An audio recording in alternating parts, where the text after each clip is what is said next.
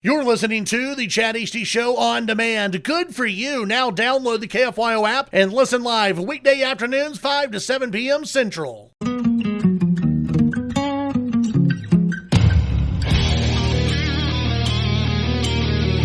Broadcasting from the great state of Texas, this is the Chad Hasty Show. News and views with a Lone Star perspective. You can sound off during the show by sending Chad a text at 806-680-2790. That's 806-680-2790. Or call in at 1-800-687-0790. Now, here's Chad Hasty.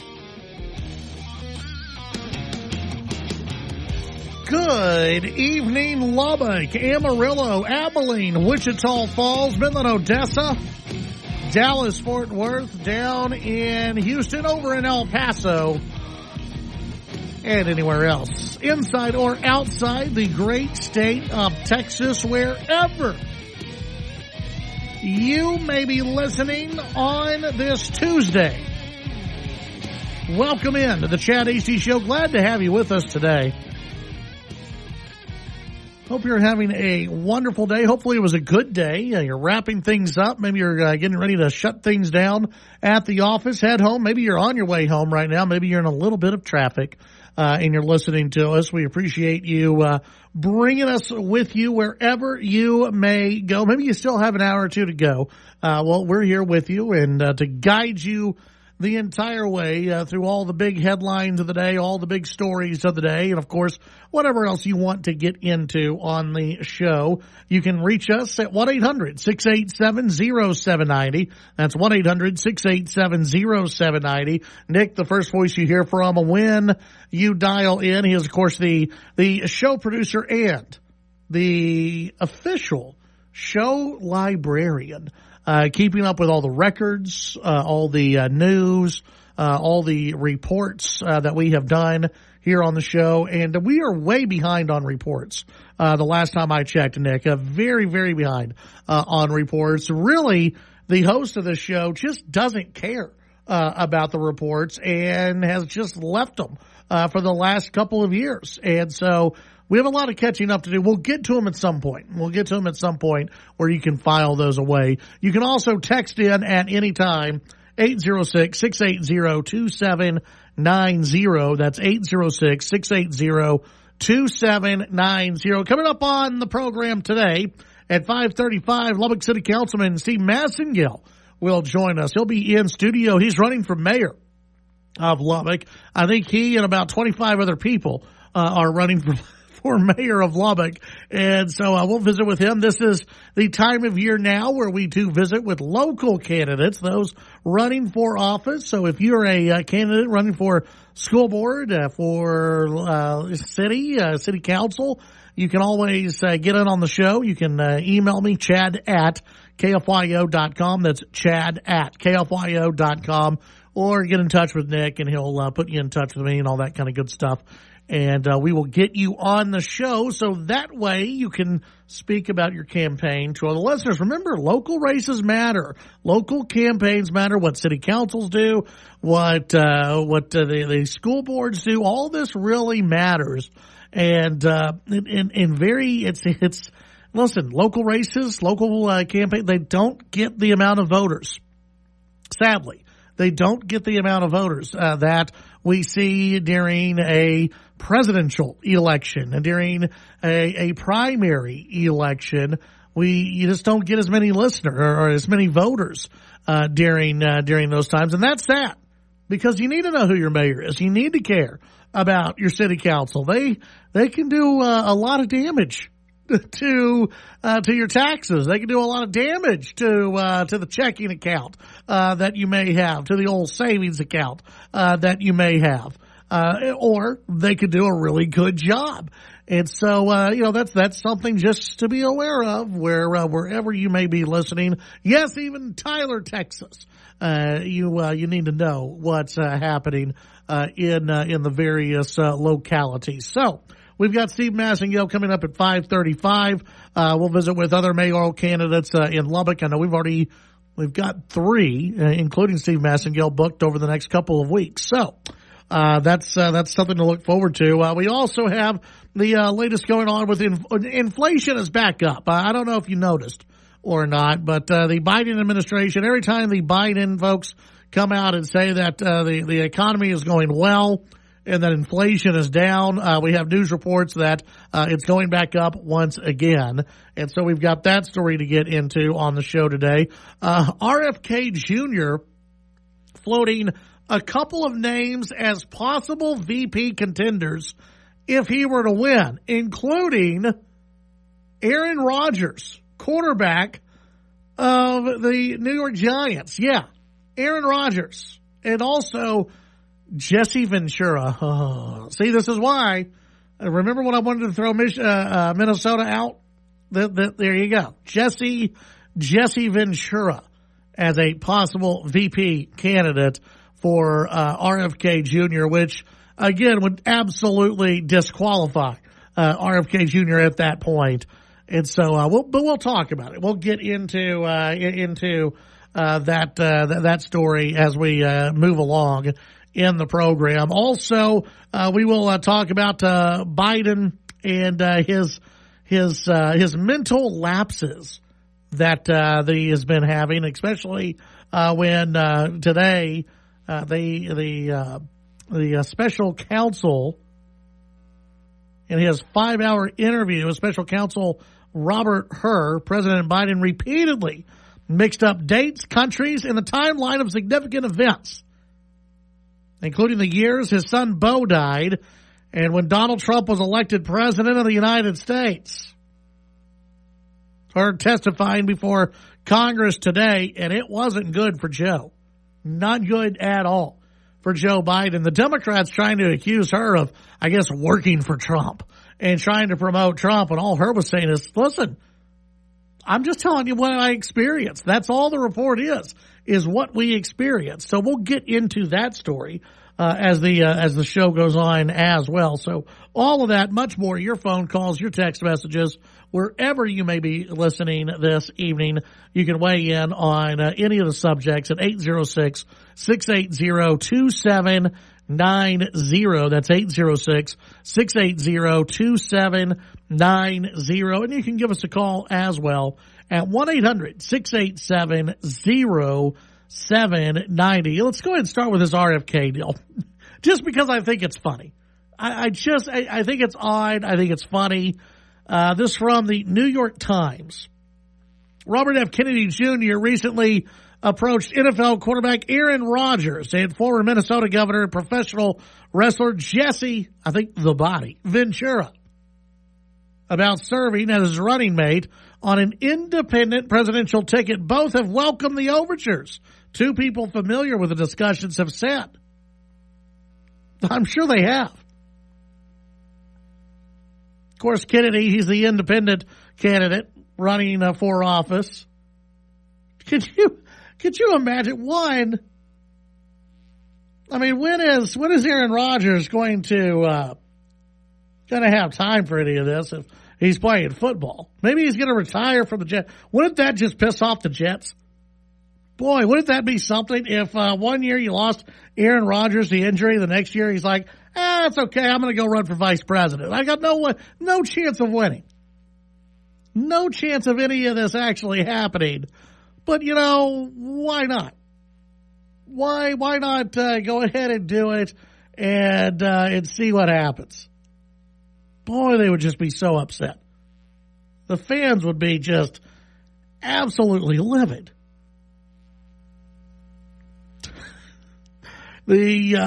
So you've got Aaron Rodgers and Jesse Ventura, who apparently have been approached. Aaron Rodgers became popular in the anti-vaccine circles back in 2021 while recovering from COVID infection. Rodgers made an appearance on the Pat McAfee show in which he invoked Martin Luther King Jr., called out the woke mob, touted the controversial and unproven for COVID-19 drug ivermectin, and blasted the NFL over its draconian health and safety policies. So now Aaron Rodgers being looked at as a possible VP for RFK Jr. Why not? It would be hilarious, I think. 806-680-2790. When we come back, your phone calls, your text. We'll get into some of the other big subjects of the day as well. See Massengale coming up at 5:35. We'll be right back.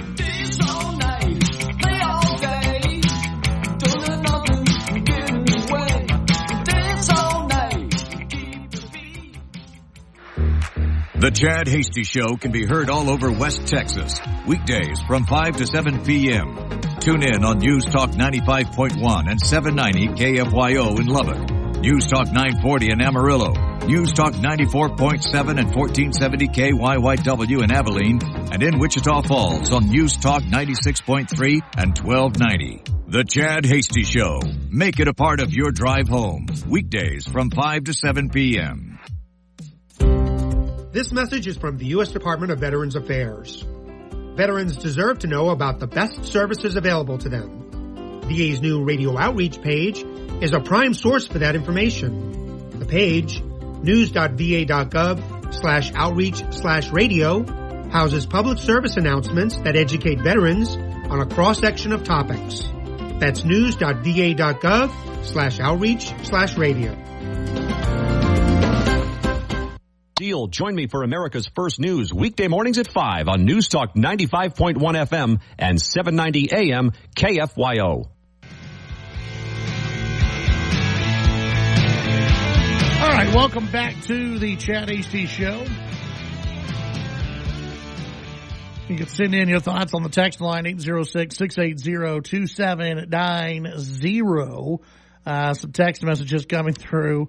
Bad Cell Richard Chad, I guess he didn't get the memo. I'm going to need those TPS reports. Oh, no, not the TPS reports. Let's see. Robert in the 401. Biden mental lapses. Say, is it so? The man has two brain cells. They hate each other. Listen, Biden, folks, don't you remember going back to last week during his State of the Union address, it was held by the Democrats as brilliant that he is back, that Joe is back in the form, and that this was a real great speech, and that he was going to do very well with voters after this. Well, hang on a bit. Some new reports coming out showing there was no bump from the State of the Union address, no bump at all, which is a disaster for Joe Biden. Here's why. Most presidents get a bump after the State of the Union. It may be a slight bump.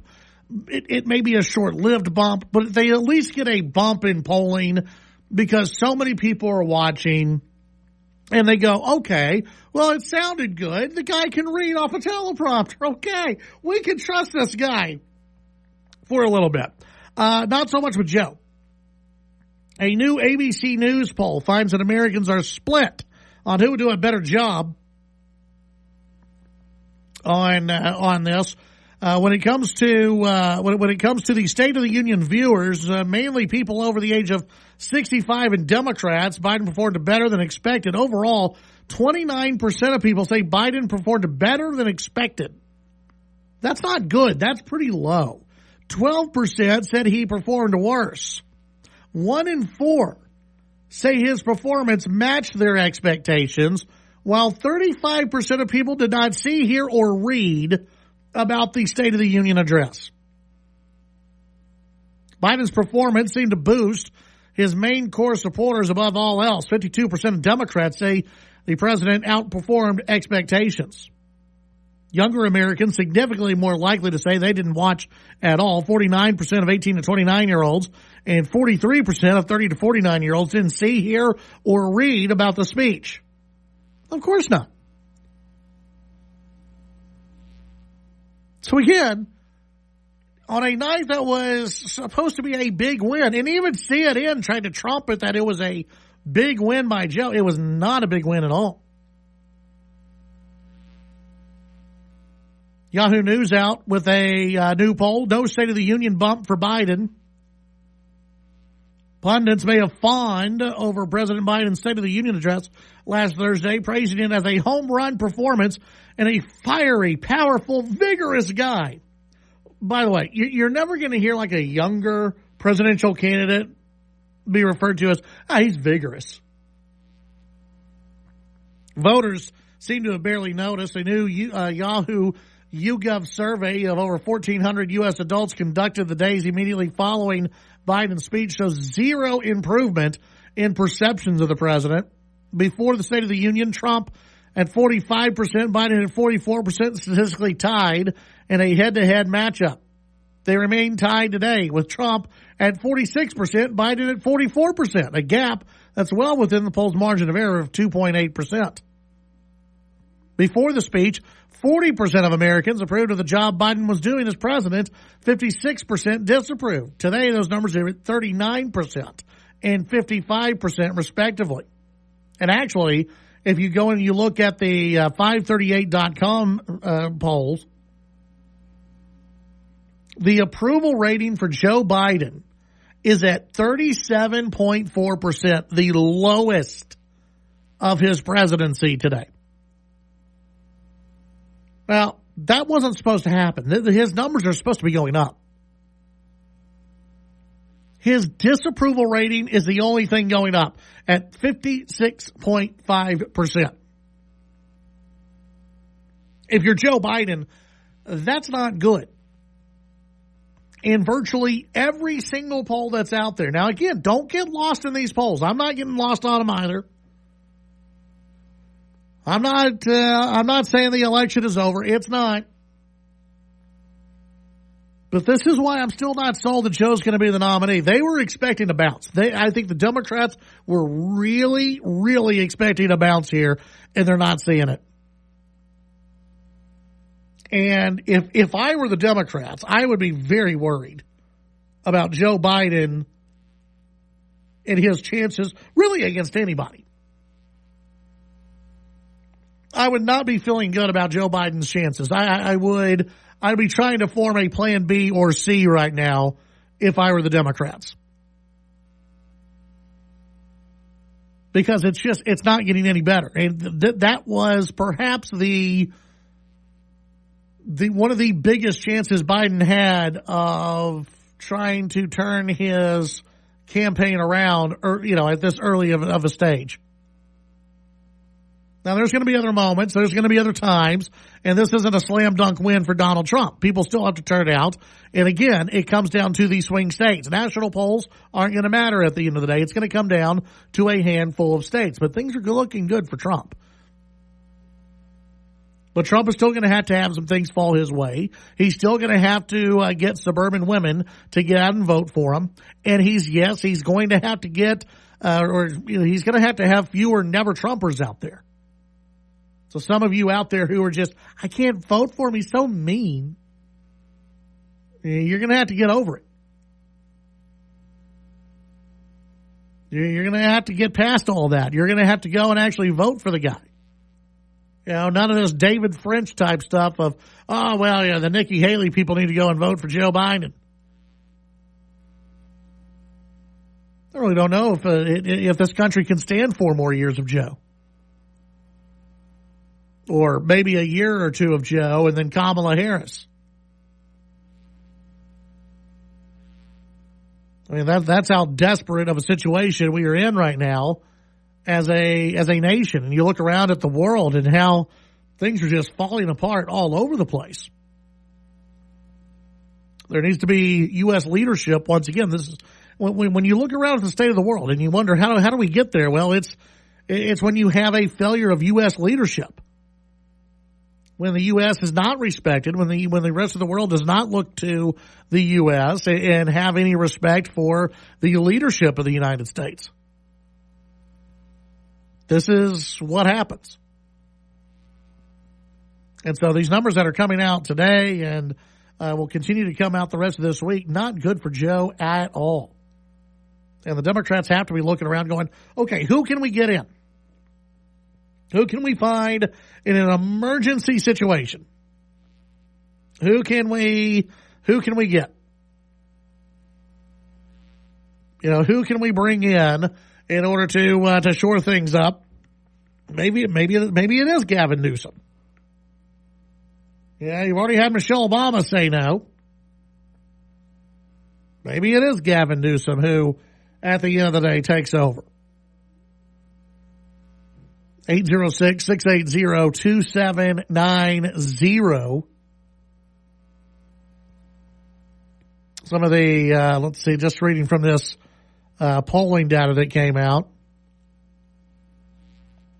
3 in 5 Americans continue to disapprove of Biden's handling of immigration in the situation at the U.S.-Mexico border. 68% of Americans disapprove of Joe's handling of the border. 66% disapprove of the way he's handled inflation. 65% disagree with the way he's handled the war between Israel and Hamas. 62% disagree on gun violence. 61% crime. And 60% the economy. Those are not good numbers. Not good numbers at all. But Republicans still have a job to do, and that is to show up in force in November. When we come back, Lubbock City Councilman Steve Massengale will join us here in studio. We'll talk about his campaign for mayor when we come back on the Chad Hasty Show.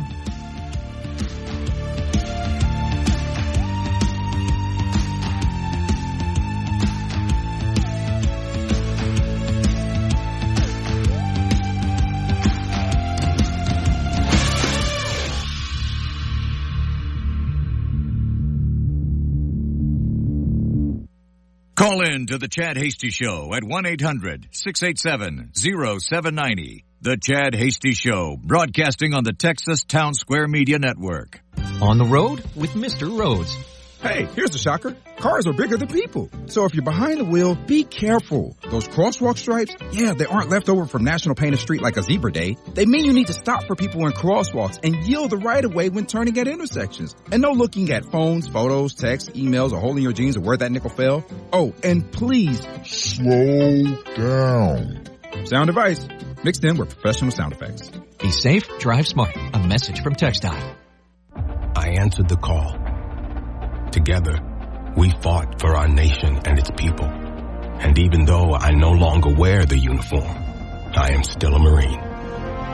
My service has come full circle. I will continue to support my country and my community. Then and now, Semper Fidelis remains my promise. Always faithful, always Marine.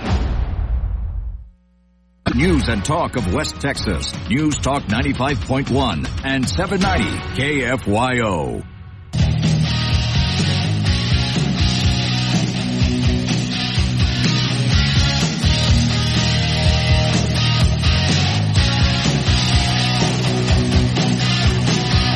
You're listening to the Chad Hasty Show.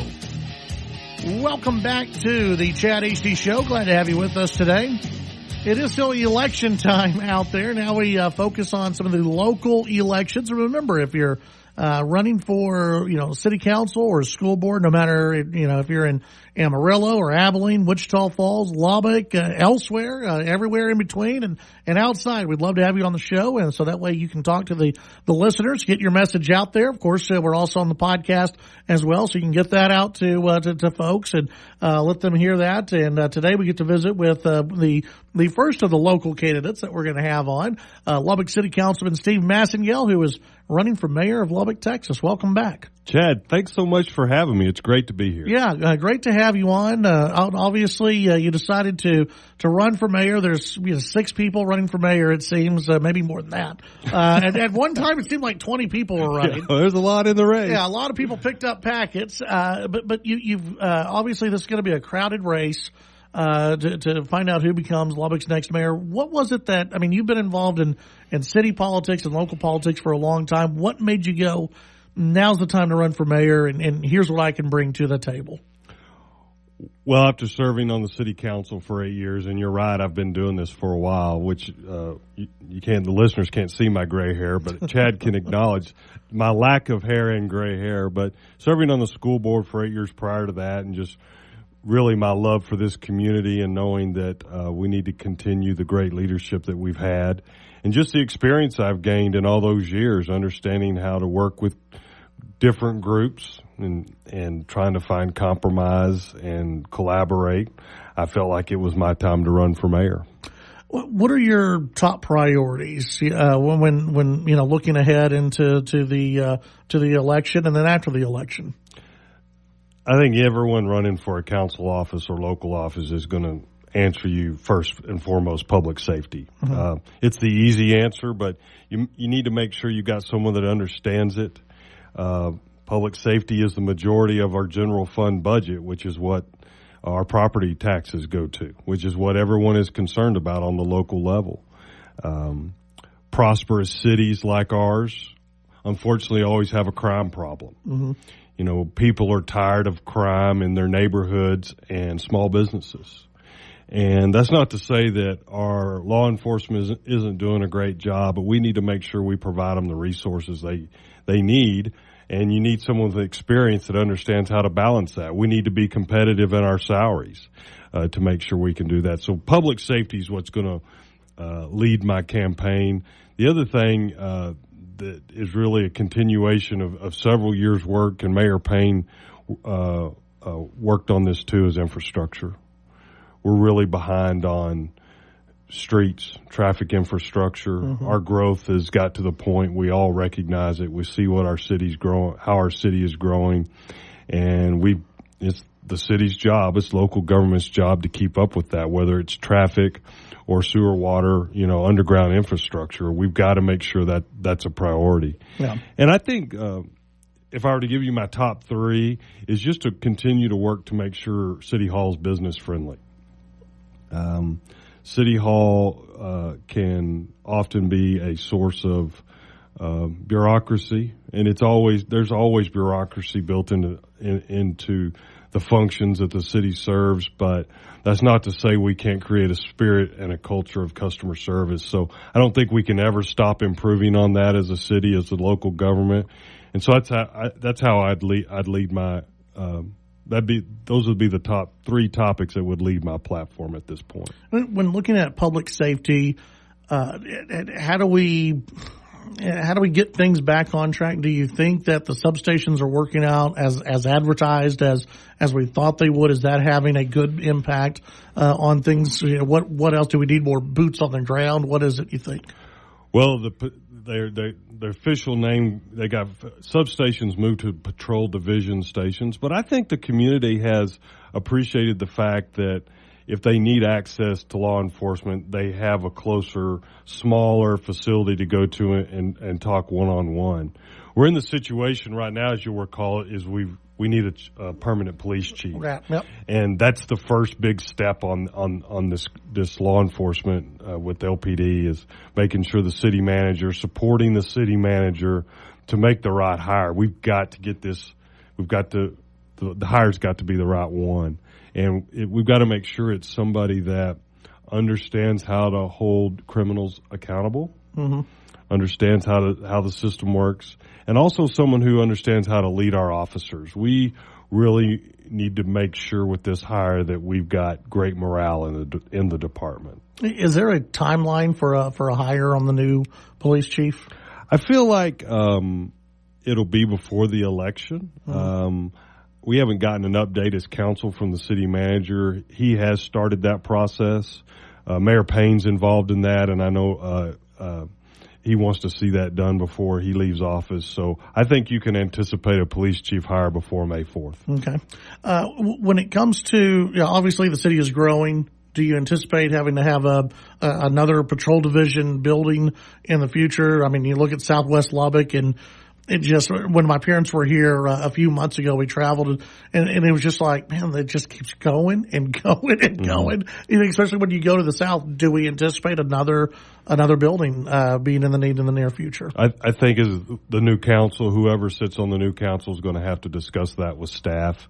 As a reminder to your listeners here in Lubbock, we just started on another new fire station 20 out on South Indiana. It's just important that we make sure that we build those in a fashion that we're responsive to citizens.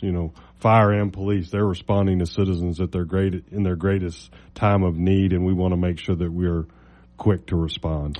when it comes to developing different areas of town and developing this, kind of goes into being business friendly.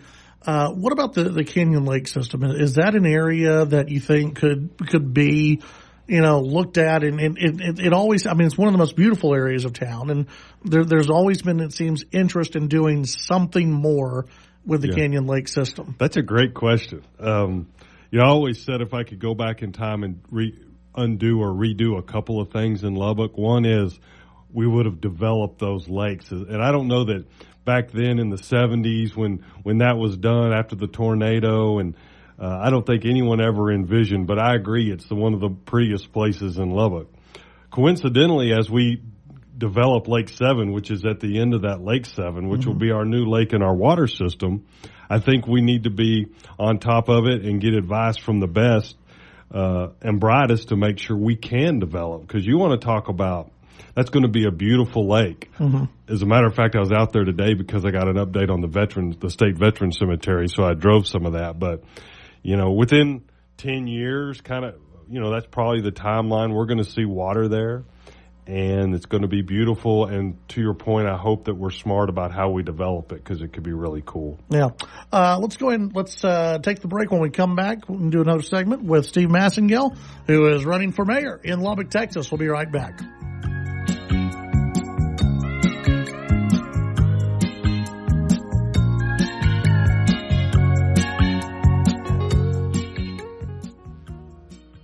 The Titan of Texas Talk Radio, Chad Hasty. Talking with newsmakers and about the issues that matter to you. The Chad Hasty Show, weekdays from 5 to 7 p.m. Chad's show is also digital with the Chad Hasty Show podcast. The Chad Hasty Show podcast can be downloaded on Apple Podcasts, Amazon Music, Spotify, and the Radio On Demand page at KFYO.com. The Chad Hasty Show, all across Texas during your drive home, weekdays from 5 to 7 p.m. We live Texas, we breathe Texas. The landmarks, the swagger, and the lore make us who we are. We devour the tastes and the smells of our state. You just might say there's something in the air. So do your part to help protect it. Keep your tires at the correct pressure and avoid idling at drive-thrus. Both help reduce emissions. For tips, visit drivecleantexas.org. Drive Clean Texas. Live and breathe it.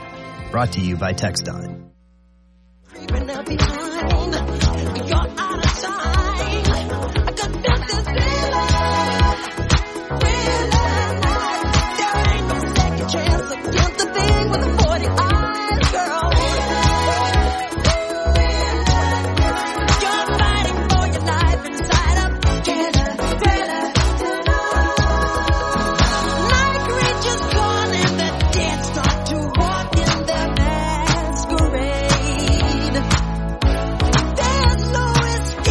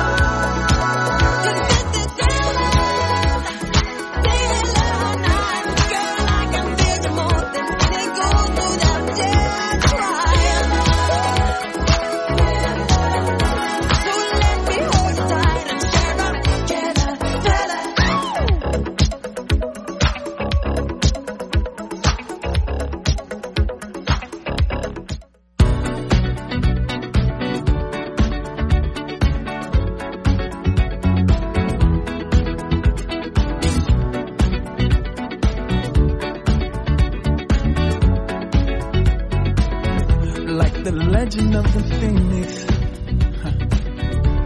all ends with beginnings. What keeps the planet spinning? The force from the beginning. Love. We've come too far to give up who we are. So let's break the bar and our cause to the stars. She's up all night to the sun. I'm up all night to get some. She's up all night for good fun. I'm up all night to get lucky. We're up all night to the sun. We're up all night to get some. We're up all night for good fun. We're up all night to get lucky. We're up all night to get lucky. We're up all night to get lucky. We're up all night to get lucky. We're up all night to get lucky.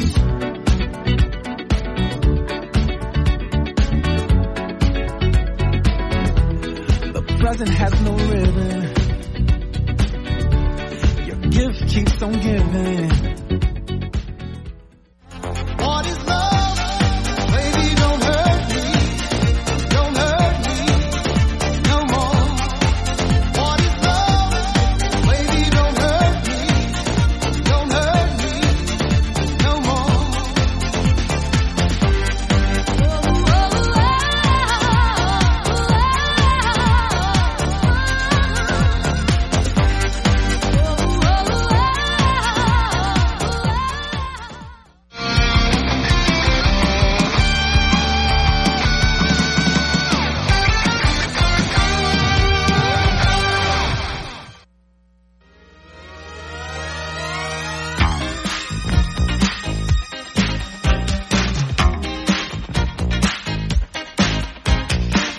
All right, back on the Chad Hasty Show, we've got Lubbock City Councilman Steve Massengale, who's running for mayor of Lubbock. And, of course, we've been going through some of the big issues. We've talked about business friendly, and in particular, more the Canyon Lakes area, Lake 7, which I think a lot of people will be excited about that, and Lubbock's future water source. When it comes to water, and I know you're someone who is you're plugged in, obviously, what's going on with the state, and you've got Senator Perry, who's obviously working on a lot of water issues. When it comes to water for the city of Lubbock and for this area, how good of a position is the city in moving forward compared maybe to some of the other parts of West Texas, but definitely the state? Lubbock's in a great place, and we're in a great place with our water supply because of leaders that have come before me. Primarily today we have three water supplies. We have Lake Allen Henry, we have the Roberts well fields, which are up north by Amarillo. That was a deal made by Mayor Martin, if you'll recall, with T. Boone Pickens. Yep. And then we have the Bailey County well fields, which is Muleshoe. And so we're able to balance and manage our water supply with those three sources. We're fortunate. Case in point, a few months ago, you'll recall that our neighbor to the west, Wolforth, had a water issue. Mm-hmm. And we were willing to, we think it's our obligation to be good neighbors, and we helped out with that. We look at the water supply 100 years at a time. And I know we mentioned Lake 7 in the prior segment, but Lake 7 is the continuation to make sure that we have water for years to come for our children and our grandchildren here in Lubbock. And so those are expensive projects. If you look at the city of Lubbock debt and look at the volume of debt, which is a lot, most of it's water. But I would argue most of that is a good investment. I think we'd rather be in a situation where we have ample water than as a community having to sit down and figure out where we're going to get our water, which there's many communities all over this country that are in that situation. We're arguably probably the largest semi-arid city in the nation with the water supply that we are fortunate to have. You brought up the city debt, and you've been involved in city politics enough where you've heard about the city debt. This may be a campaign issue that comes up between you and some of your opponents. The debt that the city has, and I've already seen one person on social media who said that this should be a priority of whoever is the next mayor. Is there a reason for citizens to be concerned about the debt load that the city has overall? The city has a lot of debt, and I agree that debt should always be a priority. You look, if you want to really dig into it, you look at our how the financial agencies rate us, and we have good credit. Does the city of Lubbock have good credit? We'll pay our bills. A lot of that debt will roll off. You'll see. And the city of Lubbock, we've paid off a lot of debt. You end up, and then you take some debt back on. The citizens allowed us to take on $200 million with the street bond. Mm-hmm. That adds to that debt load. But I agree with the poster, whoever posted that on social media. I mean, you've got to have leadership that's cognizant of it. I'm proud that over the past few years we've stopped what I always called swiping the credit card when we were financing street maintenance that lasted for 8 years and we were financing it for 20. That doesn't make sense. We're paying cash for that now. It's not enough cash, but we're using cash to pay for that. And we use cash now to buy vehicles when we used to borrow money for that. And I think that's good fiscal discipline. Another topic, and we've got about 3 minutes or so left in the segment, but this has come up a lot. I know you said you wanted to revisit the sewer issue and who's paying for the sewer line and, to the tap, all of that. Before the city has been paying, for those repairs for the past 6 to 8 years or so, maybe longer than that. Now it's on the citizens. The city may take a look at that. Ultimately, what do you want to see happen with that? Sure. We'll put Miss Joy and I, Councilwoman Joy and I, will have an agenda item on the next council meeting to relook at that. I think the outcome of that is not what we were expecting. The prices that I have seen associated with some of the sewer lateral, which is what we're talking about, is the piece of the lateral from the fence to the tap, is excessive. And I don't think that was our intention at all. And I think I try not to speak for the entire council, but in this case, I don't think there's anyone on council that was, in the council, everyone voted for that. But I don't think anyone's intention was to burden the homeowner with those kind of expenses. So we're going to relook at it and see. You have to keep in mind, originally it was there because of a response. The city was having trouble responding. If you replaced your line from your house to your fence, you're sitting around twiddling your thumbs wanting the city to come out, and the city's behind on their projects. It's not fun to have your sewer line offline. Right. So we've got to talk about responsiveness from the city's perspective and make sure that we're mitigating cost impact to the homeowner at the same time. Is it as quote unquote simple as hiring more people, or is it not as simple because we can't we can't bring in more people because maybe, hey, we're hiring, but no one's coming in to apply? It could, Chad, you're right. It could be as simple. I think we'll have a discussion about what it will take to give the city manager what he needs to create another crew. But that impacts the rate model, right. And so if that's what we decide to do, you could, we will look at the rate model, but that could impact the rate model. But that's how that works. That's an enterprise fund. And, but we do need to be responsive, and we don't need to be pushing excessive costs back on property owners. When it comes to fixing streets, does that go back to a fiscal issue with the city? Are you talking about repairing streets, potholes? That goes back to the comment I made about the cash that we've been allocating over the last 8 years for those street repairs. I think we did $13 million last year. We probably need $18 million, but we have limited resources in the general fund. If I'm fortunate enough to be working and lead the council on the budget come July, we'll have a discussion about that. But there's a lot of demands. People want to talk about dogs and they want to talk about streets, but we're going to have a mayor that understands how to lead us through that and find a balance in all those needs. Yeah. There are a lot of stray dogs out there. It's an issue. I always say the dog issue is an irresponsible human issue, but that may be for another segment. Yeah. Now we'll get to. There's a lot of time to get to that. Hey, tell folks how they can get more information about your campaign. I know you're active on social media. You've got a Facebook page, all that kind of good stuff. You bet. Thanks, Chad. You can find us on pretty much any social media channel. We try to be very responsive. Our website is Steve for Lubbock, FOR Lubbock.com. Early voting starts April 22nd. Election is on May 4th. And I'm Steve Massengale, and I'm asking for your vote to be your next mayor. It's going to be here before you know it. Oh, yeah, for sure. Yeah, absolutely. Steve Massengale, thanks for your time. Appreciate you coming in today. Thanks for having me. When we come back in the next hour, your phone calls, your text messages, and much more here on the Chad Hasty Show.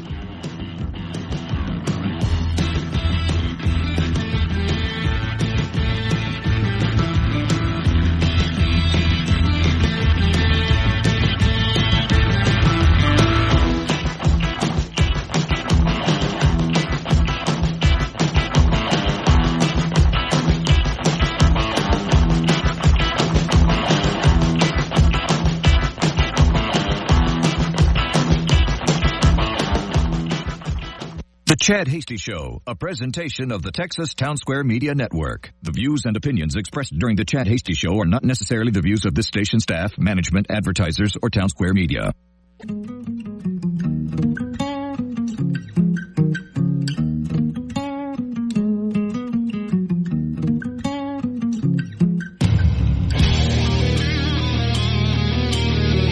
Broadcasting from the great state of Texas, this is the Chad Hasty Show. News and views with a Lone Star perspective. You can sound off during the show by sending Chad a text at 806-680-2790. That's 806-680-2790. Or call in at 1-800-687-0790. Now, here's Chad Hasty.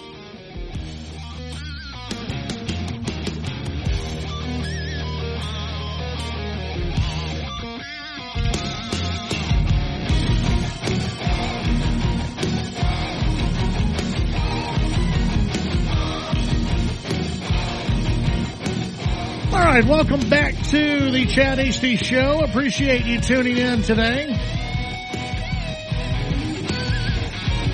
You can send in your thoughts on the text line 806-680-2790.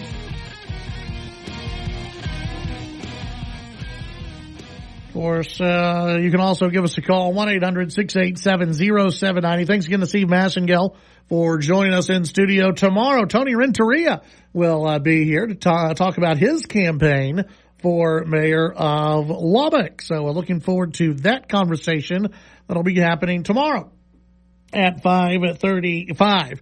Let's see, some text messages that have come in on the text line. One texter saying, want to wish the Lubbock Cooper FFA kids good luck at the Houston Livestock Show and Rodeo. Good. All right. Very good. Good luck to them. Let's see another texter weighing in. Happy Tuesday afternoon, Chad. It's Elizabeth. You were talking about world needing a strong America before your interview with the candidate. Couldn't help but put my biology professor hat and think of the growing global power vacuum from the that ecosystem perspective.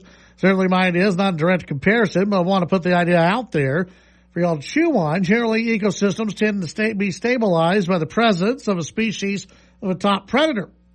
If you remove the top predators, such as a brown bear, a pack of wolves, a school barracuda, or an orcapide, then the stability of the food webs crashes and crumbles. Not always true with every food web, but they tend to strong. You can imagine, think of the United States as the top predator. The U.S. certainly been dominant presence with the global economic system. Historically, Roman Empire was the same. So was the British Empire.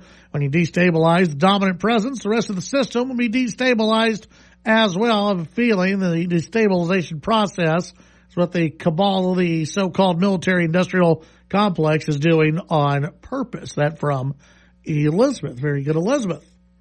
Mark in California weighed in. Joe didn't trip on the carpet going through the chamber. Anything else is above expectations. Yeah, it was not a high bar. It was not a high bar at all. Greg in Missouri, about a third of the way through the State of the Union, it dawned on me that the White House found a use for that cocaine that the Secret Service found. You can send in your thoughts on the text line 806-680-2790. Again, that's 806-680-2790. And yes, you can get in on on. And we will have the candidates on more than one, so don't worry. Well, we're going to get to more topics, more questions for the candidates. And when you have the candidates on the first time, it's a introduction because a lot of people may not know who some of these candidates are, and then we get into some of the deeper issues and everything else impacting the city. So we'll be doing that. Don't worry about that at all. 806-680-2790. This from Axios in his 5-hour interview with special counsel Robert Hur. President Biden repeatedly mixed up dates, countries, and the timeline of significant events, including the years his son Beau died and when Trump was elected president, according to a transcript of the interview reviewed by Axios. The transcript supports Hur's account that Biden had multiple mental lapses despite recent pushback from the president and the White House. Hur testifying before Congress today in his first public remarks since the report on Biden's handling of classified documents became public in February. Over the course of a 2-day interview, which took place in the immediate aftermath of the October 7th Hamas attack on Israel, Biden repeatedly asked for help remembering certain important dates, and his lawyers frequently stepped in. Twice on the same day, Biden struggled to find the words for fax machine. He also at one time said, in 2009, am I still vice president? Quote, if it was 2013, when did I stop being vice president? They also asked, Trump gets elected in November of 2017. After a report was released, Biden disputed her statement that he didn't remember the year his son Beau had died.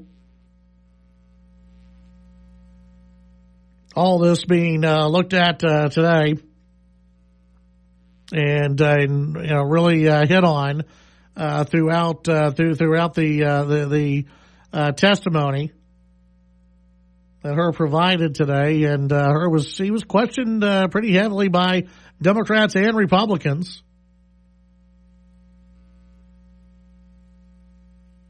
Politico with a piece out. Believe it or not, Robert Hur was not always a political pariah among Democrats in Washington. As recently as 6 weeks ago, he was just a Republican lawyer and former federal prosecutor handling one of the Justice Department's least enviable assignments, and special counsel appointed to oversee the investigation into Joe Biden's possession of classified documents. Then came his findings last month. The 345-page report concluded that there was insufficient evidence to bring criminal charges against Biden, but more import to the political class are the several references to Biden's poor memory, coming at a time when the president faced concerns about his age and tepid polling in his re-election bid. Republicans saw the obvious political opportunity, called her to testify before Congress today about the report. Democrats should tread carefully as they question him, because they know. Listen, even Politico knows none of this is good for Joe. And this really even shouldn't be political. Just as citizens of the United States, we should be concerned that the guy occupying the Oval Office, Republican, Democrat, doesn't matter right now, doesn't have it all together. That is dangerous. Forget about policy and the policies of Joe Biden. The fact that you have a president who can't remember dates, who can't remember the words for fax machine. Granted, not all of us use fax machines these days. And if you were to go and ask someone who was probably 23 years old or younger what a fax machine was, they'd have no clue. But someone who is Joe's age, someone who is running for president, someone who is president, should know what a fax machine is. Politico reports, to put bluntly, going after her could be a huge mistake. Her potentially a crucial witness in the hotly contested election this year, and he does not have the resume to make him out to be a GOP activist or MAGA devotee. He's uniquely situated to inflict political damage on Biden if he wants to, and to do so in ways that are probably not apparent if you haven't read the report in full. In fact, poking at her integrity could easily backfire if it prompts him to unleash more fully on Joe Biden. See, they know how they know how bad things are. All you hear from the White House is how great Joe is. Behind the scenes, Joe's great. He's vigorous. He's eating ice cream. He's jogging around the White House. There's no concern whatsoever. Joe's great.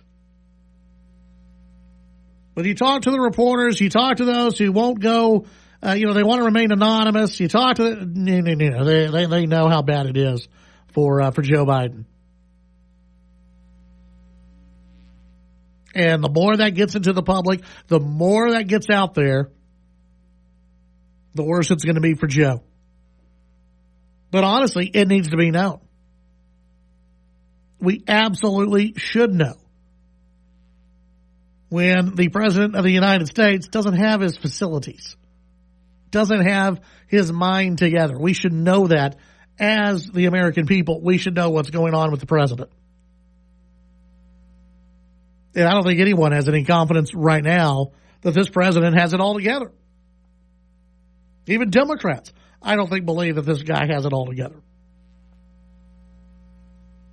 806-680-2790.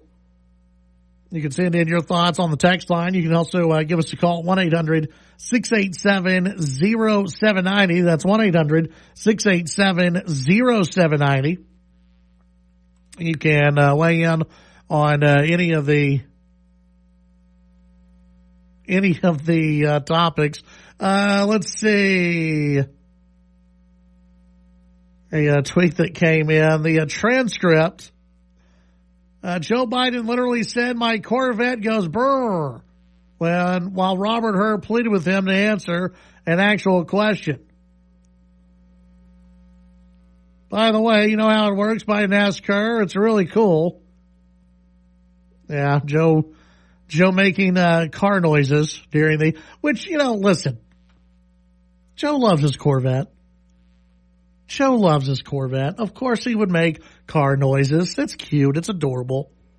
When a 5-year-old does it. When you're president of the United States, probably not so much. 1-800-687-0790. When we come back, your phone calls, your text, and much more.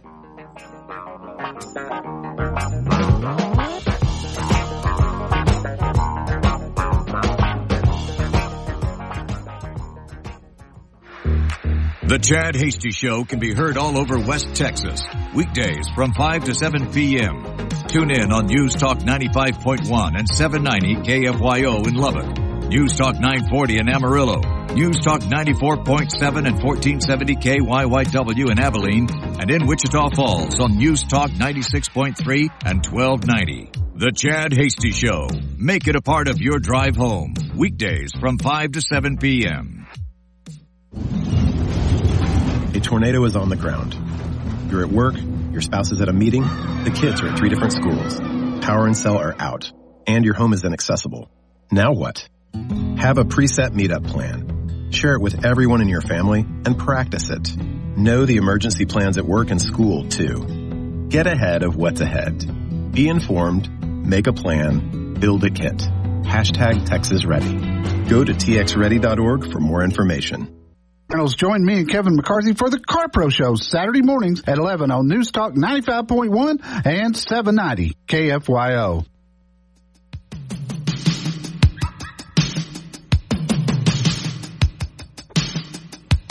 All right, back on the Chad Hasty Show. Thank you very much for tuning in today. You can send in your thoughts on the text line, 806-680-2790.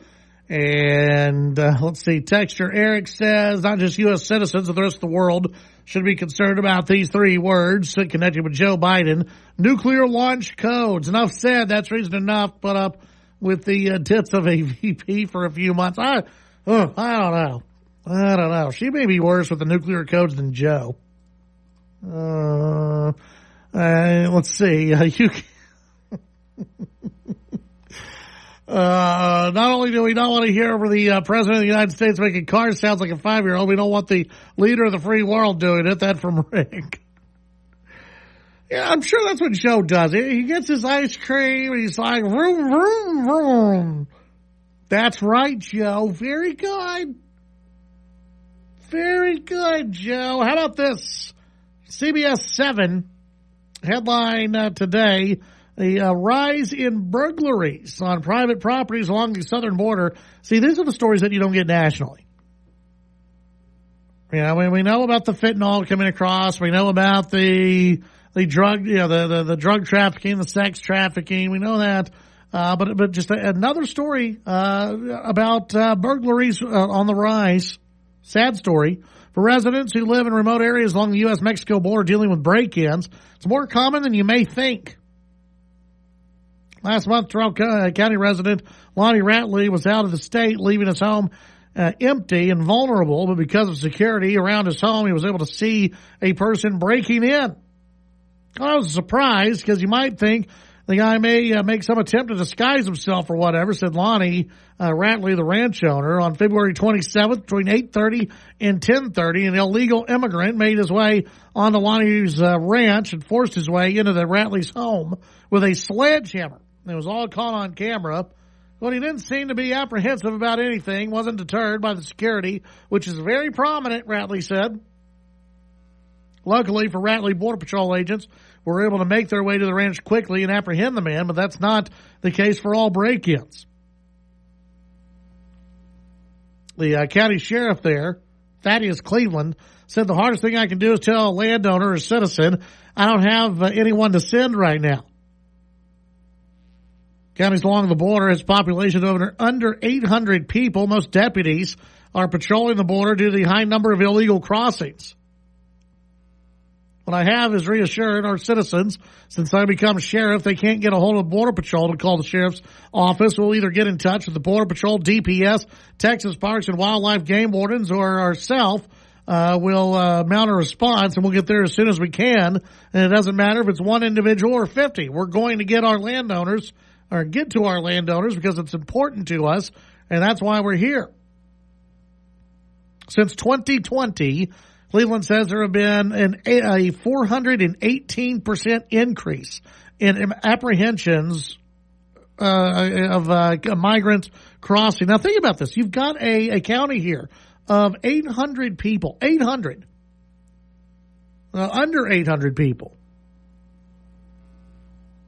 They don't have law enforcement. They don't have enough law enforcement to handle break-ins, to handle just everyday crime. And then they have to patrol the border, and then they have to patrol people who break into homes and break into ranches, break into barns. And you got New York City complaining. New York City, they make news, headlines every day, because they can't handle it. Oh, they're overrun in New York City. Here's a great example of a very small county along the border. They're the ones who can't handle it. And they've seen a 418% increase in illegal immigrant crossings. Cleveland has reached out to Governor Abbott for more troopers to patrol the border to help move deputies back into the county and into town. So we do keep constant communication with the state. If it wasn't for the state, things here would be a lot different. The Border Patrol agents released the person who broke into Ratley's home and into Terrell County Sheriff's custody. They do plan on pressing charges, which is good. But again, this is happening all along the border. All along the border, this is going on. Very sad. 806-680-2790. Speaking of a person's home, according to the Houston Chronicle, Senator Ted Cruz's home is the new hotspot for pro-Palestinian protest. For the past 8 weeks, Republican Senator Ted Cruz has reportedly been woken up to the sounds of cowbells, whistles, and chants outside his River Oaks home in Houston. Pro-Palestinian protesters have shown up at the junior senator's home at least 6 times. That, according to his office. During the most recent demonstration on Saturday, protesters demanded no more money for Israel's crimes, condemning Cruz's outspoken support for Israel amid ongoing conflict with Hamas. Over the weekend, Cruz took to X to complain about the noise from the protesters. He said people were disturbing him and his next-door neighbors. It's a small group of people, and they're standing on a sidewalk, and they've got signs, all that kind of stuff. Ted Cruz tweeting out this past weekend, once again for the 8th week in a row, pro-Hamas protesters showed up at my house 7 a.m. Saturday with whistles and cowbells, waking up the neighbors. These anti-Semites really hate Israel. They added a new claim that police officers of the KKK. God bless Israel and America. Included in the post is footage showing the group of more than a dozen masked protesters. Why do they wear masks, by the way? Is it because of COVID? Oh, no, they're afraid of showing their faces. They're a bunch of little wimps. They're a bunch of little weasels. Yeah, they want to stand outside. They want to protest. They want to be pro-Hamas. But they don't want any blowback for it. They don't want to be seen on social media. They don't want their bosses to find out. They don't want their schools to find out. Because they know what they're doing is stupid. Texter weighed in at 806-680-2790. I used to live on the border between Brownsville and Hidalgo, so I moved up here. The cops and sheriff are outgunned, understaffed, and undermanned. Illegals don't care about the people they take from. You can't press charges against someone that doesn't exist in the system. Well, of course they don't care. And now you have an administration and a lot of DAs around the United States who will say, well, if you steal from somebody, you probably needed it more than they did. As long as it's under a certain amount of value, it's perfectly fine to steal. You probably needed it more. When we come back, your phone calls, your text, much more, here on the Chad Hasty Show.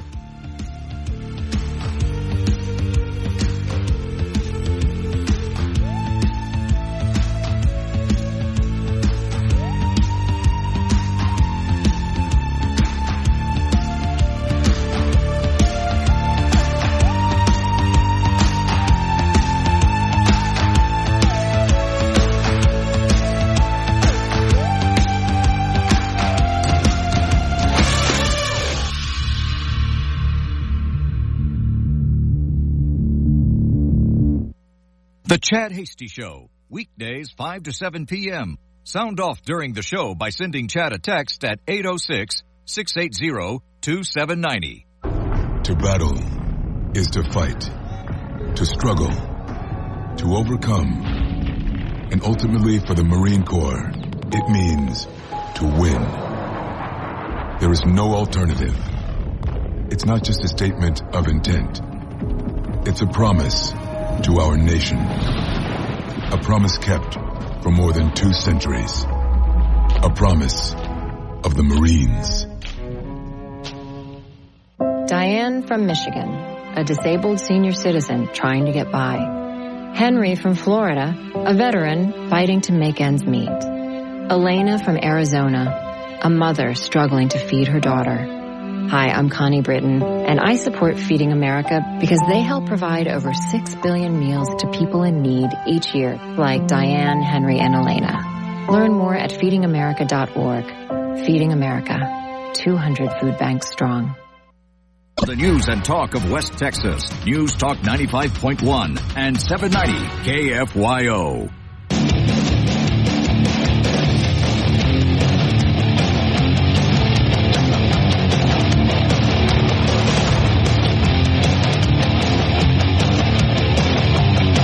You're listening to The Chad Hasty Show.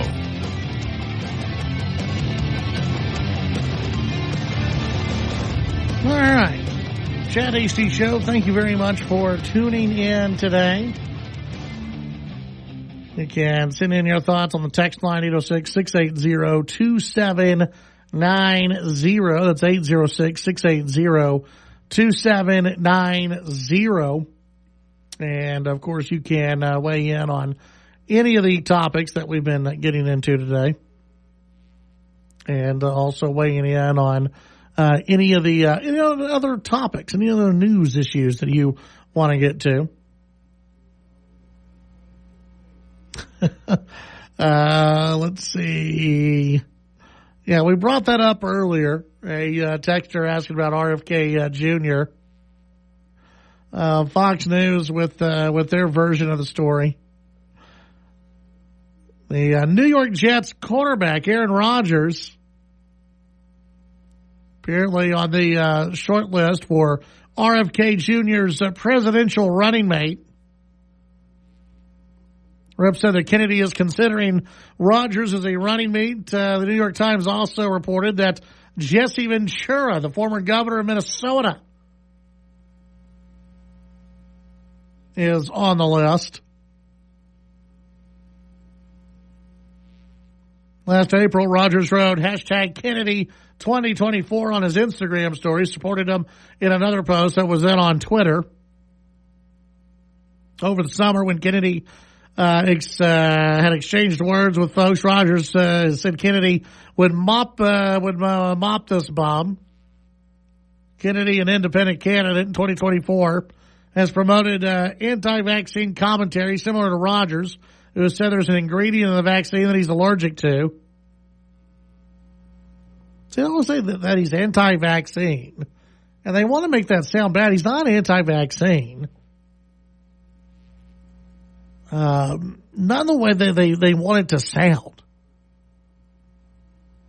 I think that obviously RFK Jr. has questions and he doesn't think that the vaccine works, and it doesn't work. I mean, people still get COVID with the vaccine. But so many people want to label the guy as just as a complete anti-vaxxer. He doesn't come across that way to me.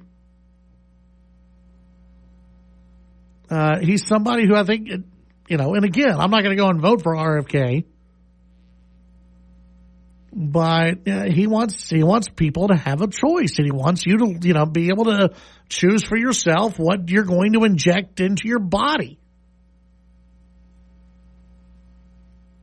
And so that's, that's not it was a crazy idea a few years ago. I don't think it's a crazy idea anymore.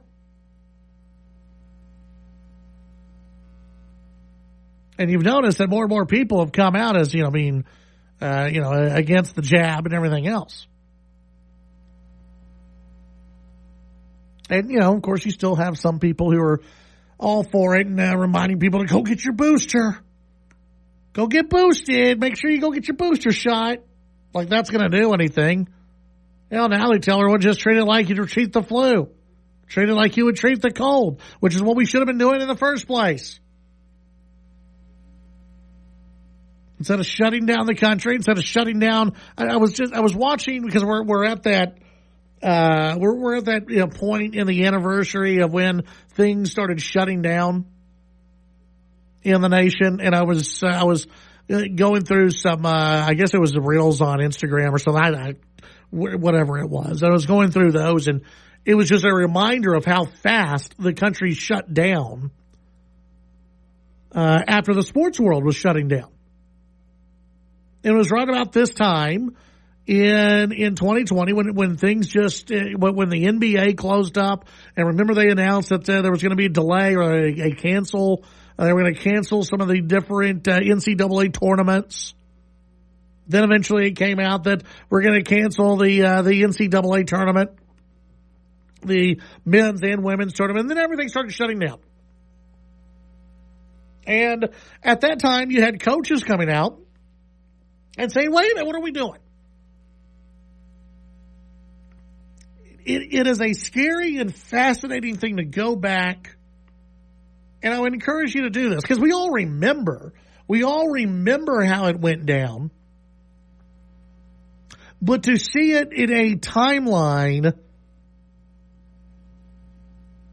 it happened so fast, and without anyone being allowed to question what we were doing. It was just this is what we have to do. We have to shut down everything.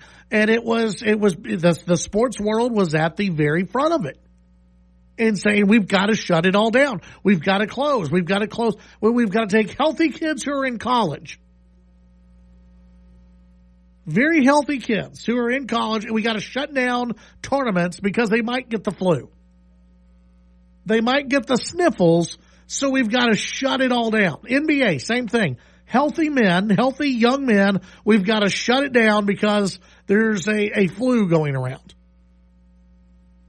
And during that time, you had Dr. Fauci going on TV. You had other medical doctors going on TV talking about how we need to pull back. We've got to stop having people out there. We've got to socially distance. We've got to close down business. And just how fast it went from this is not a big deal. And remember, there were days before this country shut down. I was going back and watching some of these videos last night. And you know, how fast everything just happened. And we went from, hey, it's not a big deal. It's not a big deal. You don't need to wear a mask. Remember, Fauci was telling everyone, you don't need to bother with a mask. You want to go on vacation, go on vacation. Go ahead and do it. Most people won't even know. Most people won't even feel it. If they catch COVID, most people won't even know. And again, we still remember how things went down and how things went down. That's the rest of the year. But to actually see the timeline and the videos of back to back, almost every single day, this was shutting down, that was shutting down. We've got to have this. And then once you start shutting down sports and you start shutting down huge activities, that's how you scare the country. When you tell people that even these young men who are millionaires, talking about the NBA at the time, who have access to world-class health facilities, they're not safe. So we've got to shut it down. Going to college, these kids who are seemingly immune to everything. We don't care if they have the sniffles. If they have the sniffles, we shoot them up with some drugs. We tell them to get out there and play ball. But no, we had to shut that down too. It was amazing. And you look back on it now, and I still wonder, the majority of America, have we learned a lesson? Have we really learned a lesson? Or if it were to all happen again, would there be most of this country who fell in line? And I think the answer would be most of this country would fall in line. There'd be pushback, don't get me wrong. There would be more pushback than what we saw against COVID. But most of this country would still fall in line, I think. Because I think a lot of people still, they're going to, whatever the government says. Whatever government says, whatever the media says, if they say it's for our health, if they say it's okay, then we're going to do it.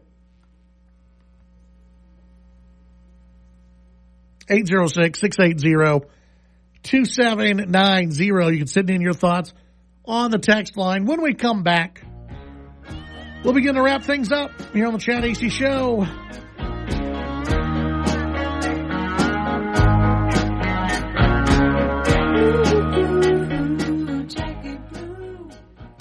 The Titan of Texas Talk Radio, Chad Hasty. Talking with newsmakers and about the issues that matter to you. The Chad Hasty Show, weekdays from 5 to 7 p.m. Chad's show is also digital with the Chad Hasty Show podcast. The Chad Hasty Show podcast can be downloaded on Apple Podcasts, Amazon Music, Spotify, and the Radio On Demand page at KFYO.com. The Chad Hasty Show, all across Texas during your drive home, weekdays from 5 to 7 p.m. There will be one less birthday party to celebrate today. One less coffee date with a friend today. One less family dinner today. Because there will be one less motorcycle rider on the road today. On average, a motorcyclist is killed on Texas roads every day. When you're behind the wheel, obey the speed limit and be extra careful at intersections.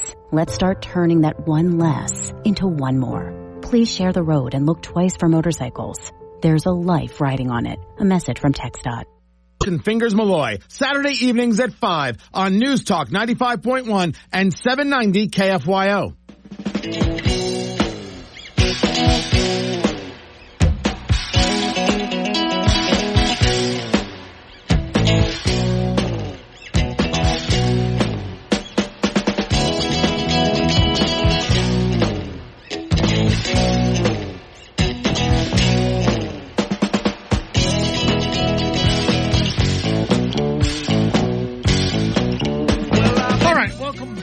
To the Chad Hasty Show. Appreciate you being out there today. You can send in your thoughts on the text line 806-680-2790. Again, that's 806-680-2790. Let's see this story out of the Hill. Alabama Senator Katie Britt's debut on national political stage, prompting comparisons to another fiery conservative mom, former Alaska Governor Sarah Palin. The comparisons took new life late Saturday when Britt's theatrical appearance was parodied by Scarlett Johansson on Saturday Night Live, much as Palin was parodied by Tina Fey in 2008. Even some Republicans acknowledged Britt's delivery was over the top, but they viewed the intense backlash from Democrat and media pundits as driven by a fear that Britt's all-shucks presentation as a mom sitting in a kitchen might actually peel away women voters from Biden. Britt now being mentioned as a possible vice presidential running mate, the spot Palin filled on former Senator John McCain's presidential campaign. Senator Mitt Romney posted on social media that Britt's delivery was over the top and out of character, just like Biden's, but he opined that the media overreaction to hers is lenient in response to Biden, tells us who liberals fear as the VP nominee. Van Weber, GOP strategist, agreed with Romney's assessment. The Democrats see Britt as a real threat and want to clip her wings as quickly as possible. Listen, there were a lot of female Republicans, too. And, yes, male Republicans who went after Katie Britt. And I thought it was stupid. Just another example of Republicans not looking at the big picture and deciding, oh, well, here's a new face, here's a fresh face, here's someone who does it a little different, and yes, maybe it was a little over the top, but here's someone who does it a little bit different. We have to attack her. Let's go after her. For absolutely no reason. It's hard to do the response to the State of the Union, and at the end of the day, it doesn't even matter. Because most people aren't watching. And the political class, the pundits out there, the elected officials, you weren't the target demo. You listening to this show, you weren't the target of Katie Britt's speech. She was trying to reach the suburban mom out there who is weary on Trump, doesn't like politics, doesn't have time for politics, is too busy trying to figure out how they're going to feed their family, too busy trying to figure out a budget where they can afford the food to feed the family of four that they have. That's who she was reaching out to, not somebody on social media who thinks that they speak well all the time. I thought she did fine. Sure, a little over the top, but compared to Joe Biden's Adderall-induced speech, it was great.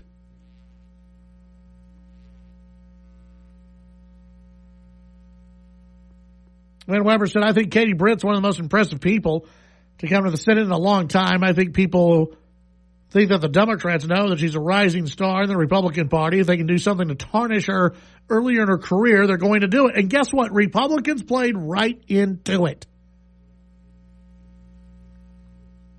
And I think part of it is that she's attractive, and you've got some people who, well, they don't like that. An attractive woman? No. Can't have that. No.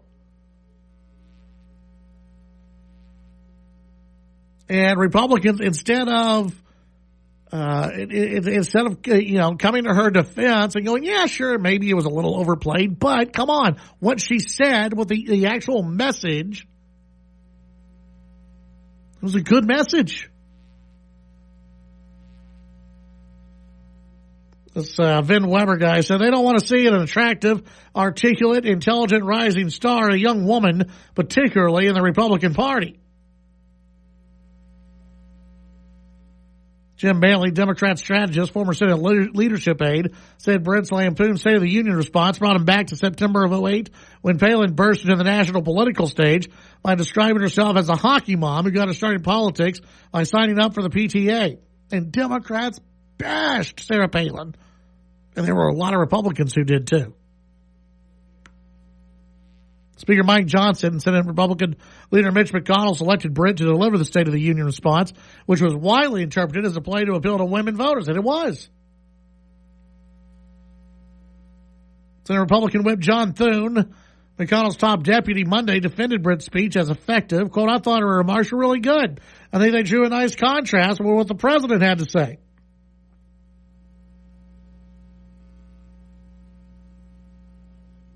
Brent on Thursday introduced herself as a senator from Alabama, downplayed that is less important than being a, quote, proud wife and mom of 2 school-aged kids. She went from a homey setting in her beige-toned, warmly decorated kitchen while providing some dark rhetoric. Well, guess who else provided dark rhetoric? It provides a lot of dark rhetoric. The Democrats do. And Joe does. Again, I think she did fine. Let's see. Final text of the evening. If Congress can't pass a bill to stop the ridiculous daylight saving time, I'm not going to hold my breath for a balanced budget, sealed border, defund IRS, let alone impeachment of obviously incapacitated president. Well, yeah. Hey, I like the daylight saving time. I'm leaving here. It's still daylight outside. It's great. I like it. Enjoy the rest of your evening. Stay safe out there. Stay healthy. God bless you all. We'll see you back here tomorrow at 5 p.m.